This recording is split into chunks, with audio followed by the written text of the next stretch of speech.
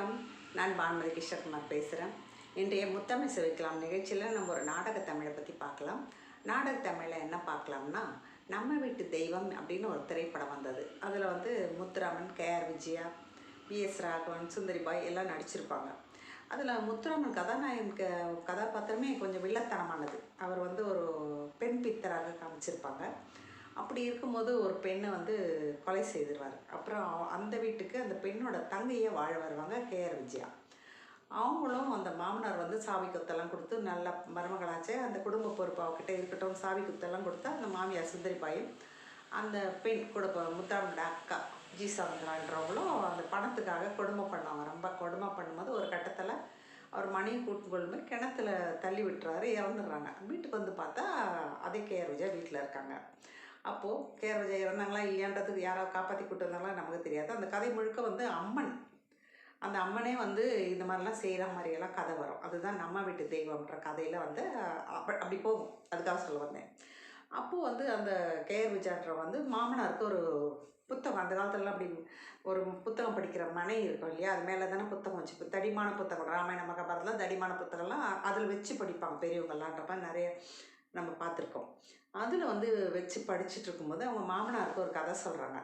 அவங்களுக்கு சொர்க்கத்தை போகிறத பற்றி ஒரு கதை சொல்லட்டுமா அப்படின்னு. அவங்க சொல்லுமா அப்படின்னு அவர். அப்போ சொல்லுவாங்க, அவங்க ஒரு வீட்டில் ஒரு ஊரில் ஒரு வீட்டில் ஒரு நடன பெண்மணி, அந்த அந்த விலைமகள், அவள் வீட்டில் திண்ணை மேலே ஒரு முனிவர் படுக்க வந்திருக்கார். திண்ணை மேலே படுத்துட்ருக்காரு. படுத்துட்ருக்கும்போது ஒரு பிண ஊர்வலம் ஒன்று போகிறது. அது போகும்போது அந்த அந்த நடன மாது என்ன பண்ணுறாங்க, தன்னோட வேலைக்காரியை கூப்பிட்டு அந்த இங்கே வாமா, அதை போயிட்டு அந்த பிணம் சொர்க்கத்துக்கு போதா நரகத்துக்கு போதா போய் பார்த்துட்டு வா அப்படின்னு சொல்கிறாங்க. அதுக்கு அந்த பொண்ணு கொஞ்சம் நேரம் கழிச்சிட்டு அம்மா அந்த சொர்க்கத்துக்கு போதுமா அந்த உடம்பு, இந்த பிணம் அப்படின்னு சொல்கிறாங்க. முனிவருக்கு ஒரே ஆச்சரியம். நம்ம படிக்காத வேதங்கள் இல்லை, படிக்காத சாத்திர புத்தகங்கள் கிடையாது, புனித நூல்கள் கிடையாது. ஒரு ஒரு உயிர் இப்போ சொர்க்கத்துக்கு போதா நரகத்துக்கு போதான்னு எப்படி கண்டுபிடிக்க முடியும்? அது ஒரு நடனமாதனுடைய ஒரு வேலைக்கார பெண்ணால் ஒரு எந்த தவம் செஞ்சுருக்க போகிறா, என்ன பண்ணியிருக்க போகிறா, அவ்வளோலையும் எப்படி கண்டுபிடிக்க முடியுதுன்னு அவருக்கு ஒரு ஆச்சரியம்.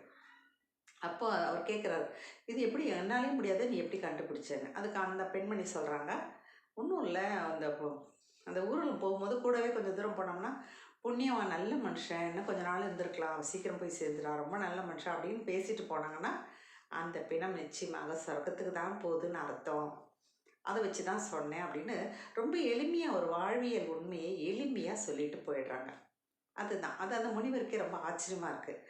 அதாவது எல்லாத்தையுமே படிப்பு கொண்டு பார்த்தோம்னா அதை விட ஒரு லாஜிக்கலாக இயல்பு வாழ்க்கையை ஒப்பிட்டு பார்த்து தெரிஞ்சுக்கிட்டோம்னா, சோதித்தோம்னா நமக்கு சில கோணங்கள், சில விடைகள் கிடைக்கும்.